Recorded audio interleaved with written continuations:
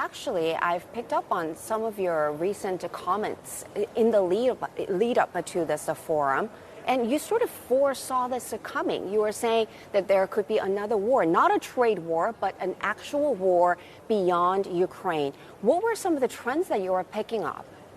I think what I said, that I hope there will be no further escalations of wars, but we do need to also factor in that.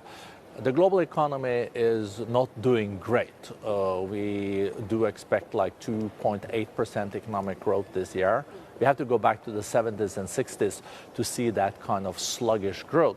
If there are more wars and if this escalates, I think that can also have very negative impact on the global economy. And of course, wars are creating a lot of unpredictabilities. So we've got this war and trade war. How do you think the conversation at this year's Summer Davos is going to be really shaped up by all this geopolitical complexities? I mean, you cannot really come to a conclusion. You cannot really come up with the scenarios at the moment. But what do you take away from this year's Davos Forum? So far, the global economy has been very resilient. Even with the tariffs, even with the war going on in Ukraine, we've not been doing that badly. Now we are seeing more sluggish growth, and that's why we also need to steer the economy into a phase where we also see a revival of growth. What could be positive factors are the new technologies. Looking at Gen AI has a huge impact also on growth potentially and also productivity. We do think that with AI we can see an increase in global productivity maybe by 10% in the coming decade. That means a lot of prosperity. So maybe even if the global trade is de facto now growing very slowly, if it's growing at all, you can see the new technologies, growth in services and digital trade can maybe replace some of the trade in manufactured goods in the past and create that growth path.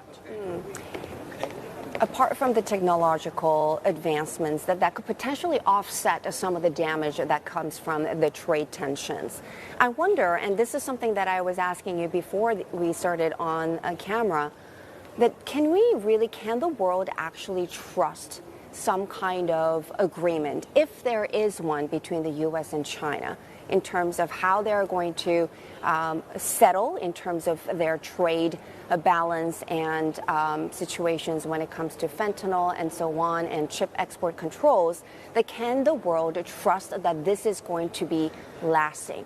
Perhaps we can think that this is going to just something that is get us by for the next 5-10 years, but the competition will be there and we need to think about longer term.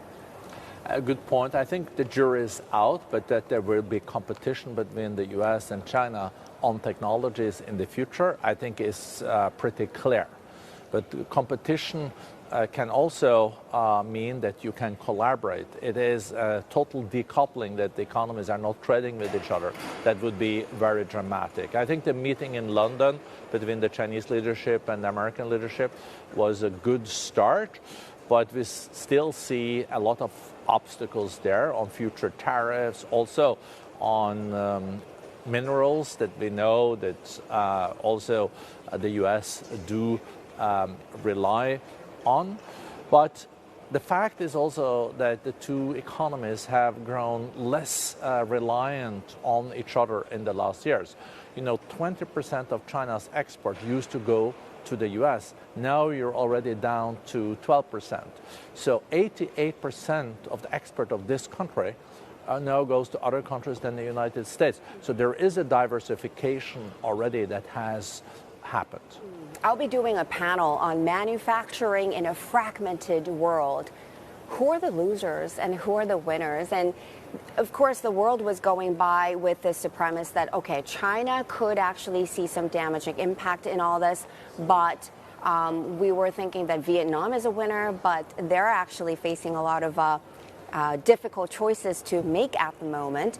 Is India the next sort of the winner in all this? And can they actually trust this comfort zone right now? It is true that India has gained some pace on manufacturing in the last years because of this diversification of value chains. But China is still the big manufacturing country of goods in the world. And China is also pivoting already in the sense that look at electrical vehicles, the EVs. The demand for those are growing a lot. And this year, China will produce almost 50% more EVs than last year, and there is a demand for it.